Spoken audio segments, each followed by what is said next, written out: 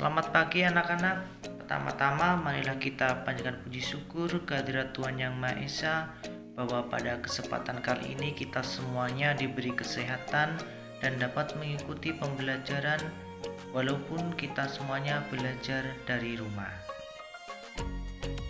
Kesempatan kali ini kita akan masuk ke pembelajaran 4 di tema 1 subtema 3. Di pembelajaran 4 ini ada 3 muatan pelajaran. Yang pertama bahasa Indonesia di KD 3.1, kemudian IPS di KD 3.1 dan PPKN di KD 3.1.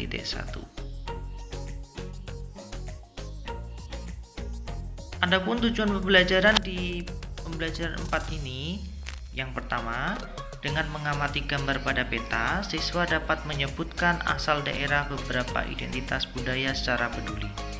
Kemudian yang kedua, dengan mengamati peta, siswa dapat menyebutkan nama bandara dan pelabuhan yang ada di Indonesia secara percaya diri. Kemudian yang ketiga, dengan membaca, siswa mengidentifikasi pengaruh kondisi geografis Indonesia terhadap budaya masyarakat secara bertanggung jawab. Yang keempat, dengan mengamati gambar, siswa dapat mengidentifikasi perilaku yang sesuai dan tidak sesuai dengan nilai-nilai Pancasila secara disiplin. Yang kelima, dengan membaca, siswa dapat menemukan ide pokok bacaan secara percaya diri. Silakan anak-anak kalian buka buku siswa kalian di pembelajaran 4 di tema 1 subtema 3 halaman 157. Di buku siswa kalian terdapat sebuah gambar kapal dan seorang anak perempuan. Dan di buku siswa kalian ada lagu yang berjudul Nenek Moyangku. Mari kita coba bersama-sama menyanyikan lagu Nenek Moyangku. 1, 2, 3. Nenek moyangku seorang pelaut, gemar mengarung luas samudra, menerjang ombak tiada takut, menempuh badai sudah biasa. Angin bertiup, layar terkembang, ombak berdebur di tepi pantai. Pemuda berani maju sekarang, ke laut kita beramai-ramai. Silakan anak-anak semuanya, silakan kalian mencobanya menyanyi di rumah kalian masing-masing. Kemudian selanjutnya ada sebuah bacaan tentang Lani. Lani senang sekali mendengar penjelasan mengenai kejayaan bahari nenek moyang dari ayahnya saat mengunjungi tempat produksi gerabah. Dia pun teringat akan sebuah lagu tentang kegagahan nenek moyang bangsa Indonesia dalam mengarungi lautan. Dia pun spontan menyanyikannya di hadapan ayah dan para pengrajin gerabah. Semua orang yang mendengarkannya senang dan terhibur. Kisah kejayaan bahari bangsa Indonesia sebagai negara maritim pada masa lalu membuat kita bangga. Akankah masa-masa tersebut dapat terulang lagi sekarang dan ke depan? Selanjutnya, ayo membaca. Kalian bisa memperhatikan di buku siswa kalian. Ada sebuah bacaan yang berjudul Kapal Pinisi, Kapal Penjelajah Dunia. Kapal Pinisi adalah sebuah kapal layar kebanggaan masyarakat Sulawesi Selatan. Bahkan juga menjadi kapal kebanggaan bangsa Indonesia. Ketangguhan dan ketenaran kapal ini telah terdengar di seluruh penjuru dunia. Sudah sejak sekitar abad 14, kapal Pinisi berlayar dan menjelajah samudra di seluruh dunia. Konon, Pinisi ini diambil dari nama seorang yang bernama Pinisi. Suatu ketika dia berlayar melewati pesisir pantai Bira. Dia melihat rentetan kapal di laut. Kemudian dia menegur salah seorang nahkoda kapal tersebut bahwa layar yang digunakannya masih perlu diperbaiki. Sejak saat itu orang Bira berpikir dan mendesain layar sedemikian rupa dan akhirnya berbentuk layar Pinisi yang seperti sekarang ini.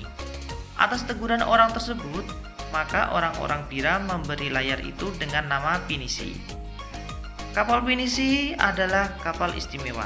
Kapal ini dibuat oleh tangan-tangan ahli tanpa menggunakan peralatan canggih dan modern. Seluruh bagian kapalnya terbuat dari kayu dan dirangkai tanpa menggunakan paku. Meskipun demikian, kapal ini telah membuktikan ketangguhannya dalam mengarungi samudra dan menjelajah negara-negara di dunia.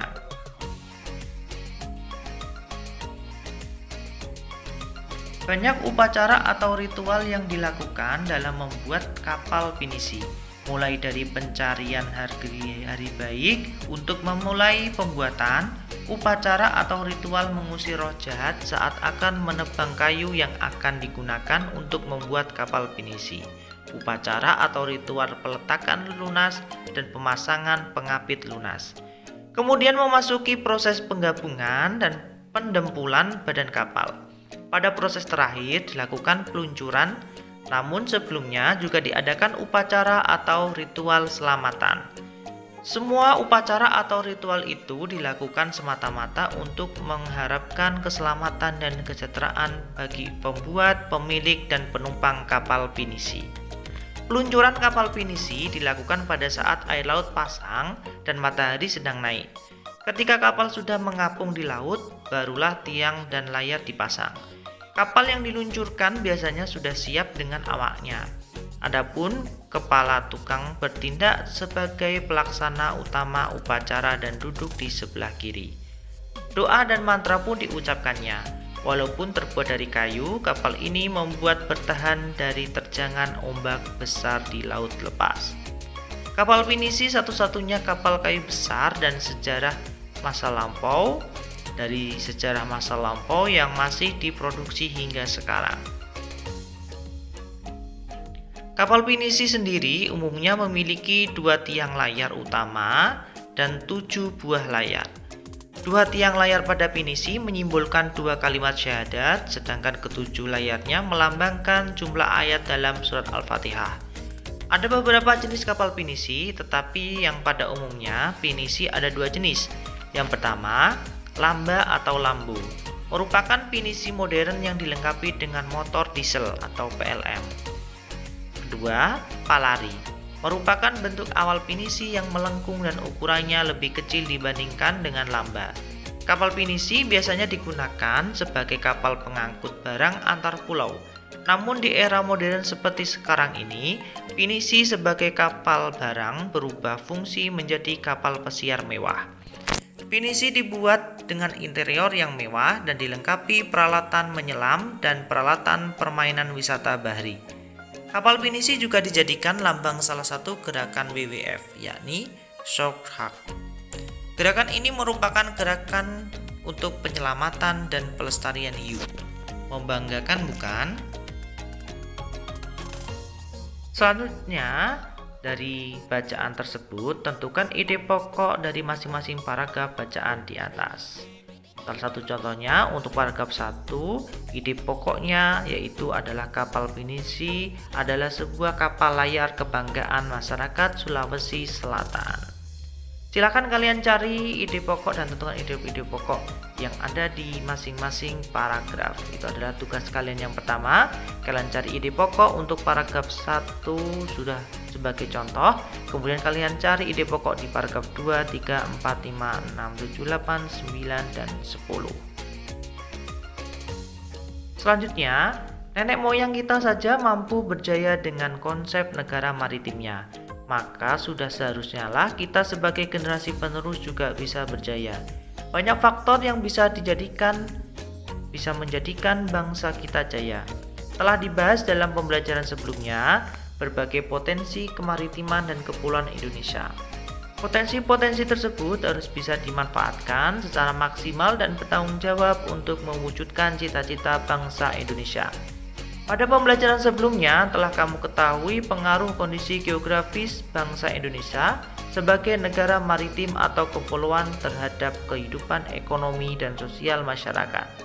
Sekarang akan kamu pelajari pengaruhnya terhadap kehidupan budaya dan transportasi masyarakat. Selanjutnya ayo membaca pengaruh kondisi geografis Indonesia sebagai negara maritim terhadap budaya masyarakat. Kondisi geografis berupa kepulauan yang terdiri atas lebih dari 13.000 dan tersebar dari Sabang sampai Merauke mengakibatkan beragamnya budaya bangsa Indonesia.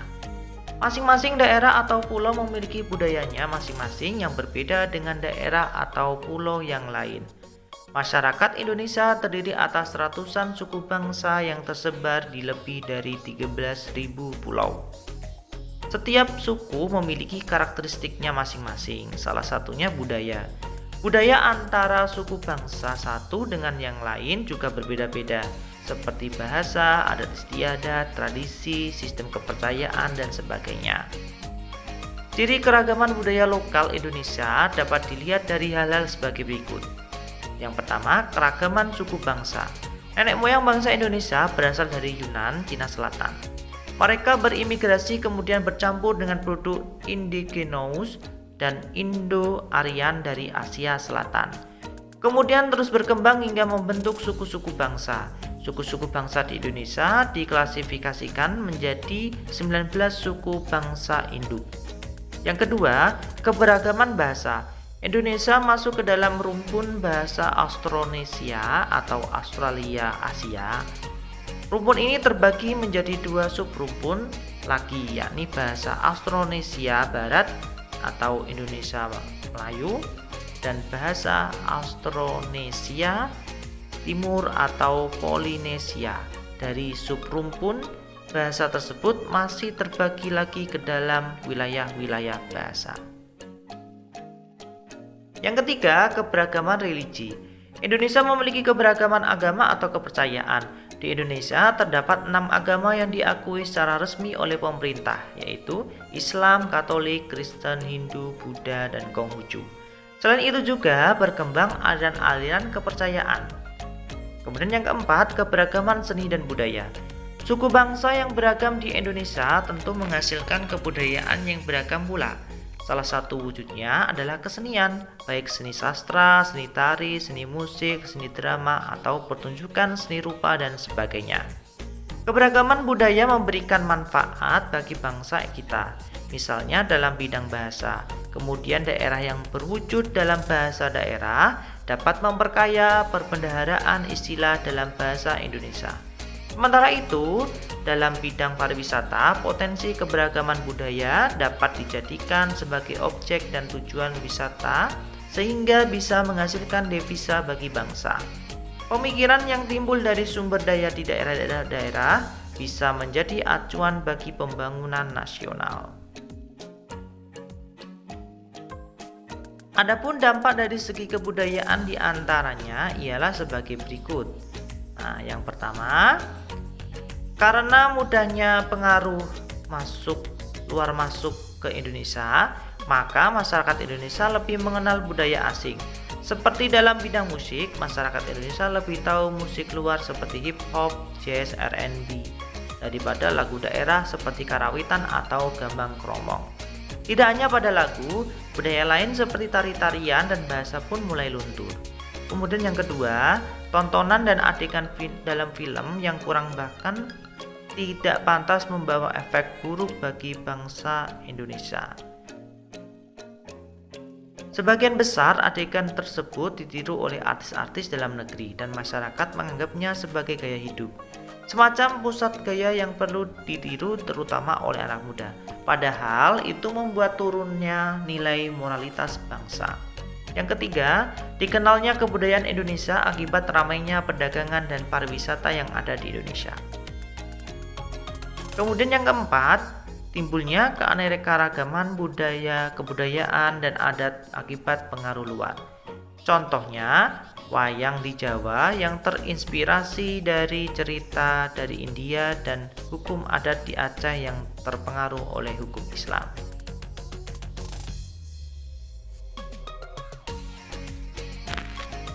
Selanjutnya, ayo mengamati. Amatilah gambar-gambar berikut, berilah tanda centang pada gambar yang ditunjukkan budaya asli Indonesia. Berilah tanda silang pada gambar yang menunjukkan budaya hasil dari percampuran atau peleburan dengan budaya dari luar negeri. Silakan tugas kalian selanjutnya adalah memberi tanda centang atau silang gambar yang menunjukkan budaya asli Indonesia dan mana yang menunjukkan budaya hasil dari pencampuran atau peleburan dengan budaya dari luar negeri. Selanjutnya ayo berlatih, hubungkan dengan garis antara identitas budaya daerah dengan provinsi asalnya. Kalian bisa memperhatikan dan mengamati gambar yang ada di buku siswa kalian. Kalian hubungkan dengan garis antara identitas budaya daerah dengan provinsi asalnya.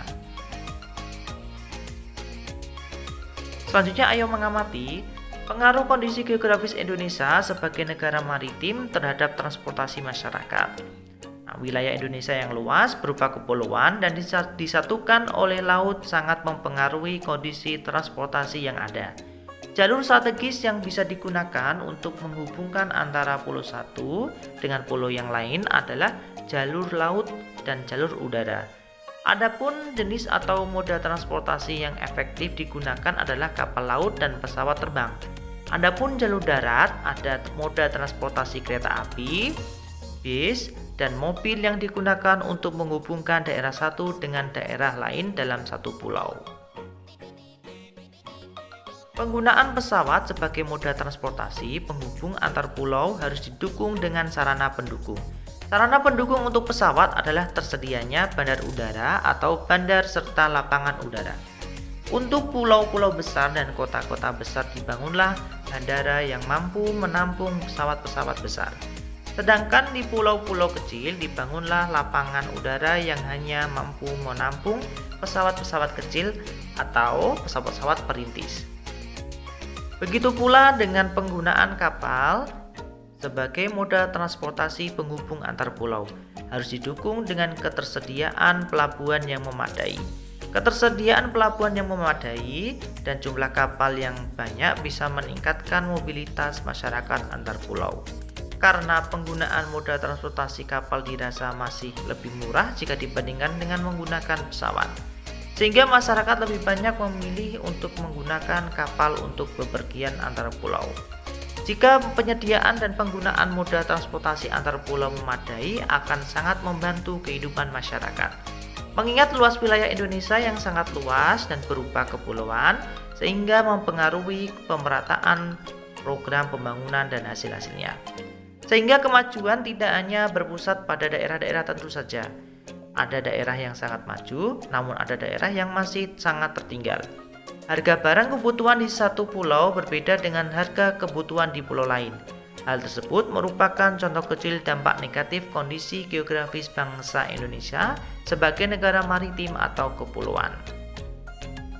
Adapun dampak positifnya, khususnya bagi perkembangan alat transportasi, adalah terpacunya bangsa Indonesia untuk membangun dan mengembangkan industri pesawat dan perkapalan. Selanjutnya ayo berlatih, kalian amati gambar yang ada di buku siswa kalian. Ada sebuah peta. Peta di atas adalah peta jalur penerbangan antar pulau di Indonesia. Sekarang sebutkan bandara-bandara dan lapangan udara di tiap-tiap provinsi di Indonesia. Kalian bisa membuat kolom di buku tugas kalian masing-masing, di buku tulis tugas kalian masing-masing. Kalian buat tabel nomor, nama provinsi, kemudian nama bandara atau lapangan udara. Silakan kalian tuliskan nama provinsinya dan nama bandara atau lapangan udara. Selanjutnya, kalian perhatikan dan amati peta jalur pelayaran di buku siswa kalian. Nah, peta di atas adalah peta jalur pelayaran antar pulau di Indonesia. Sekarang, sebutkan nama pelabuhan di tiap-tiap provinsi di Indonesia. Silakan kalian buat di buku tugas kalian masing-masing. Kalian buat sebuah kolom atau tabel. Kalian buat nomor, nama provinsi, dan nama pelabuhan. Kalian tulis nama provinsinya dan nama pelabuhan di tiap-tiap provinsi di Indonesia. Kemajuan dan perkembangan bidang transportasi antar pulau akan makin banyak memperkuat persatuan dan kesatuan bangsa. Oleh karena akan meningkatkan mobilitas antar pulau sehingga akan memungkinkan terjadinya persebaran dan pertukaran sistem nilai dan budaya antar pulau. Jika sudah terjadi hal yang demikian, maka setiap pulau termasuk masyarakatnya akan lebih merasa menjadi satu kesatuan dan menjadi bagian penting yang tak terpisahkan dari NKRI. Selanjutnya, ayo mengamati. Amatilah perilaku orang-orang di sekitarmu. Tuliskan contoh-contoh kegiatan pengambil keputusan bersama yang sesuai dengan nilai-nilai Pancasila. Tuliskan pada kolom berikut. Nah, silahkan kalian bisa membuat kolom di buku tugas kalian. Tuliskan pada kolom. Kemudian kalian tulis lokasi atau cakupan pengamatan, baik di sekolah, rumah, masyarakat, bangsa, dan negara. Kemudian kalian tuliskan kegiatan pengambilan keputusan bersama. Salah satu contohnya adalah lokasi di sekolah. Kegiatan pengambilan keputusan bersamanya contohnya adalah pemilihan ketua kelas. Silakan kalian tuliskan yang ada di sekolah, rumah, masyarakat, dan bangsa dan negara. Nilai-nilai luhur yang terkandung dalam sila-sila Pancasila apabila diamalkan akan menjamin kehidupan dalam berbangsa dan bernegara dengan lebih baik. Indonesia pun akan semakin disegani oleh bangsa-bangsa lain di dunia.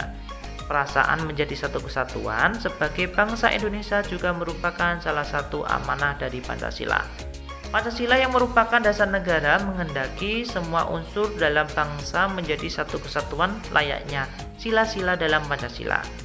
Layaknya papan catur, berbeda warna kotak-kotak, namun membentuk satu kesatuan yang tidak bisa dipisahkan. Jika ada satu yang terpisah atau terlepas, papan catur tersebut tidak akan lagi bisa berfungsi.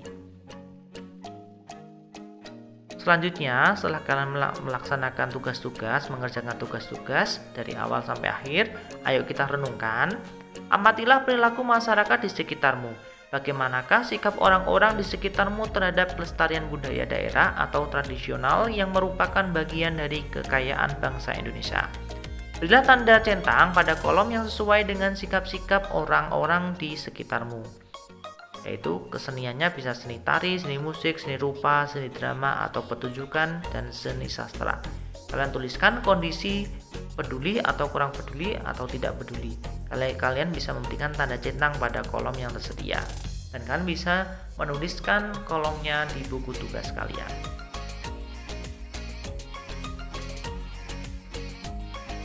Selanjutnya, kerjasama dengan orang tua. Bersama orang tuamu, amati dan catatlah kesenian tradisional, adat istiadat, dan unsur budaya lainnya yang masih lestari sampai sekarang di wilayah tempat tinggalmu.